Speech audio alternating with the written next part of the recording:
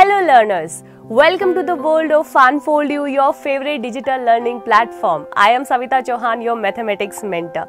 Let's unfold today the new subtopic of statistics chapter, that is variance and the standard deviation of individual observation. I hope आपने mean deviation about mean, median for the grouped, ungrouped and the frequency distribution अच्छे से clear out कर लिया होगा, उसके questions को भी solve out कर लिया होगा.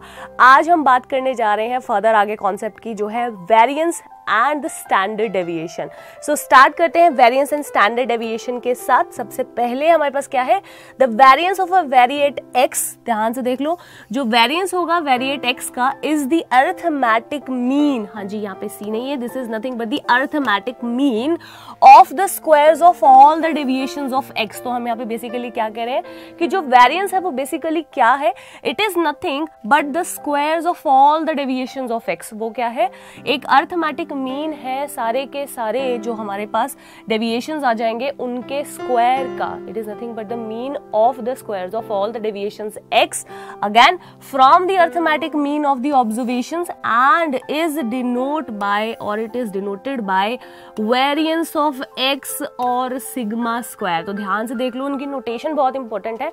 वेरिएंस को बेसिकली हम VAR x से डिनोट करते हैं या फिर सिग्मा स्क्वायर से डिनोट करते हैं.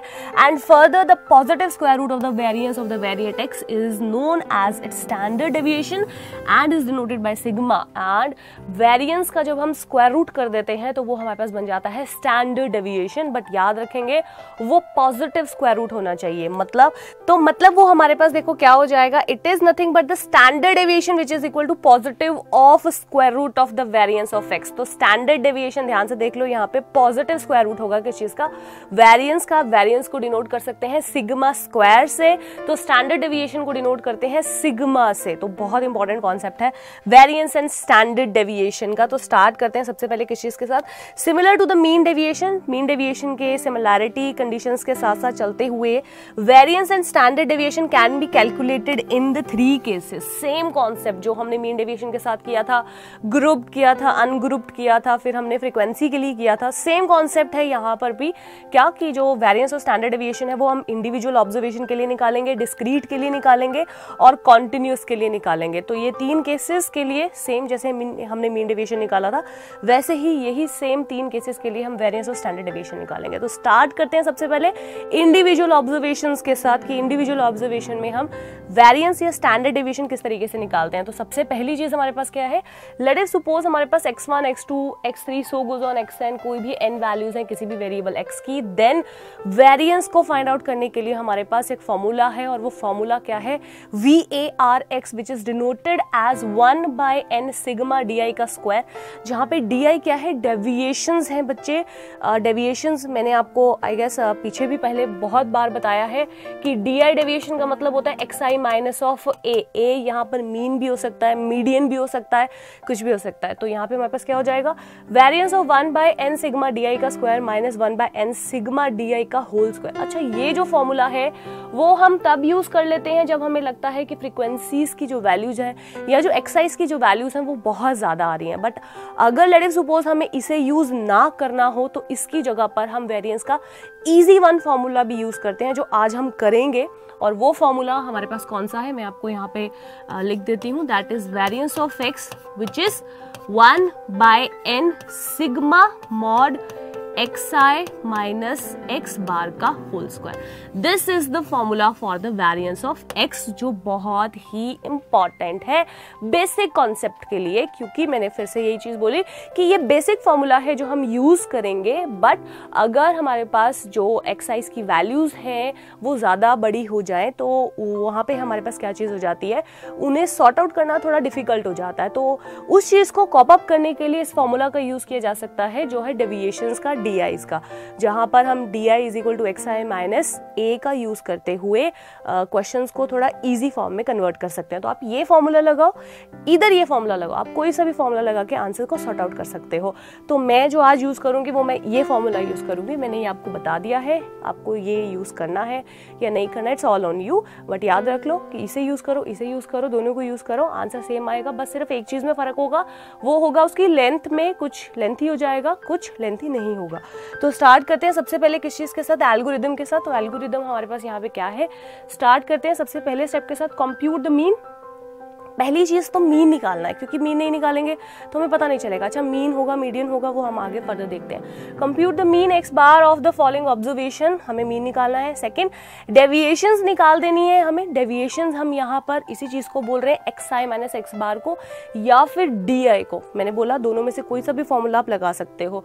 तो सबसे पहले x I minus X bar की वैल्यू हमने निकालनी है। ओके, हमने निकाल दी। फर्दर हमें क्या करना है, स्क्वायर्स ऑल द डेविएशन, सारे के सारे डेविएशंस जो हम निकाल रहे हैं उन सबका स्क्वायर कर डालना है। तो हमने सबका स्क्वायर कर दिया और फिर उन सबका हमने क्या कर देना है, सम कर देना है। ध्यान से देख लो, सबसे पहले हमने क्या करना है, स्क्वायर द डेविएशंस, सारे के सारे डेविएशंस का हमने स्क्वायर करना है that are obtained, and further हमने क्या करना है, उनका सम कर देना है, उनका सम कर देना है। तो ये हमने कर दिया।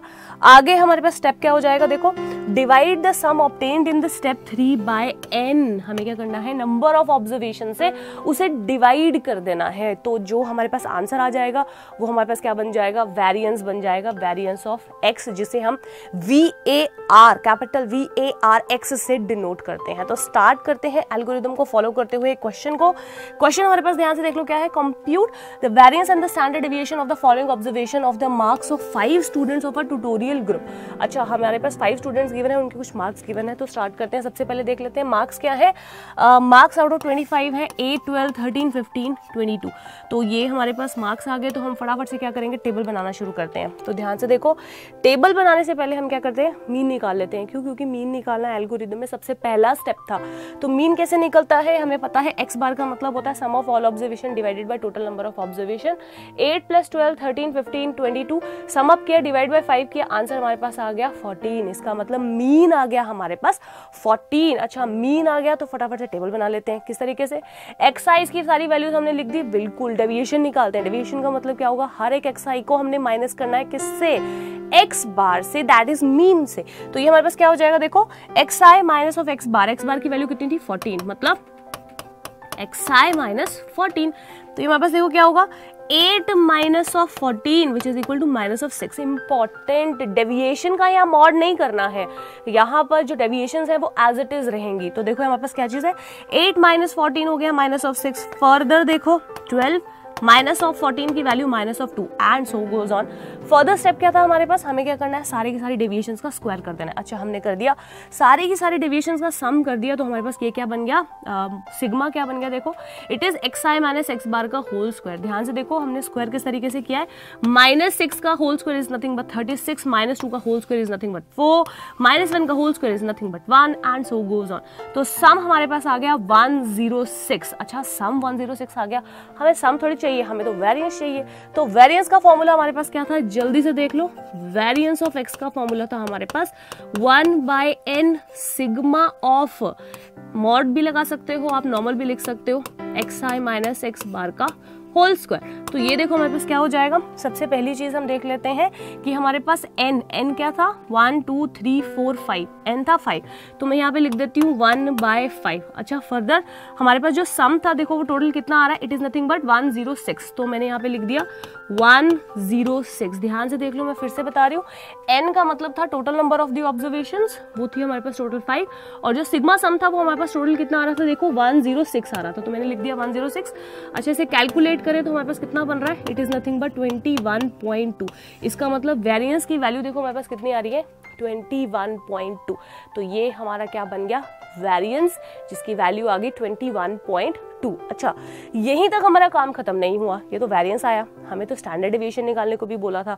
तो ध्यान से देख लो, वेरिएंस निकालने के बाद स्टैंडर्ड डेविएशन निकालने का मतलब होता है स्क्वायर रूट कर देना किस चीज का, वेरिएंस का। तो let me take another colour, तो ताकि डिस्टिंक्शन रहेगी। तो देखो वेरिएंस एक्स की वैल्यू आ गई 21.2। अब मैं यही कर रही हूँ, ठीक है, स्टैंडर्ड डेविएशन निकाल रही हूँ मैं। स्टैंडर्ड डेविएशन को मैं SD से डिनोट कर रही हूँ, जो हमारे पास हो जाएगा square root of variance of x. ध्यान से देख लो, मैं square root of variance of x यहाँ पे लिख रही हूँ एंड मैं थोड़ा सा इसे इरेज कर रही हूँ, ठीक है, ध्यान से नोट कर लो। 21.2 अपना वेरिएंस आ गया था, तो ये मेरे पास हो जाएगा, ओके, तो ये मेरे पास क्या हो जाएगा, वेरिएंस ऑफ एक्स की वैल्यू देखो कितनी आ गई थी, 21.2 आ गई थी। तो बच्चे ध्यान से देखो, सबसे पहली चीज हमने क्या की, पहला स्टेप हमने वेरिएंस निकाला यूजिंग दिस फॉर्मूला, अभी हमने सॉर्ट आउट किया था, वेरिएंस की वैल्यू 21.2 आ गया। फर्दर स्टैंडर्ड डेविएशन निकालना मतलब स्क्वायर रूट निकालना, स्क्वायर रूट निकालना का मतलब होगा 21.2। अब इंपॉर्टेंट चीज यहाँ पे क्या है कि आपको ये स्क्वायर रूट निकालना आना चाहिए, क्योंकि अगर ये स्क्वायर रूट निकालना नहीं आता तो आपका थोड़ा मुश्किल हो सकता है स्टैंडर्ड डेविएशन निकालना। तो स्क्वायर रूट निकालना जरूर सीखिए पहले स्टैंडर्ड डेविएशन निकालने के लिए। तो देखो स्क्वायर रूट ऑफ 21.2 है, तो इसका स्क्वायर रूट मेरे पास क्या होता है, इट इज नथिंग बट 4.604। तो ये मेरा बन गया है स्टैंडर्ड डेविएशन, जिसे मैं सिग्मा से भी डिनोट कर सकती हूँ। This is nothing but 4.604, that is the square root of 21.2। तो इसी तरीके से आपको क्वेश्चंस को सॉर्ट आउट करना है। इंपॉर्टेंट चीज स्क्वायर रूट निकालना आना चाहिए, क्योंकि अगर स्क्वायर रूट निकालना नहीं आएगा तो आपका मार्क्स डिडक्ट होंगे स्टैंडर्ड डेविएशन ना निकालने के। यहीं तक नहीं छोड़ना है इसको कि 21.2 का स्क्वायर रूट निकल गया, लिख दिया और छोड़ दिया, नो, आपको इसका आंसर भी निकालना होता है, वरना इसके मार्क्स आपके डिडक्ट हो जाते हैं। तो आई होप आपको क्लियर हुआ हो कि मैंने किस तरीके से इस क्वेश्चन को सॉर्ट आउट किया है। Let's take another example of it. एक और एग्जांपल हम देख लेते हैं। Find the variance and the standard deviation of the following data. तो सबसे पहले देखो हमारे पास डाटा गिवन है 65, 68, 58, 44, 48, 45 एंड सो गोज ऑन। तो पहली चीज हम यहाँ पे क्या करने वाले हैं, मीन निकालने वाले हैं। मीन का मतलब होगा sum of all observation divided by total, that is 560/10, और वो बन गया 56। फटाफट से फिर क्या कर देंगे, टेबल बना देंगे।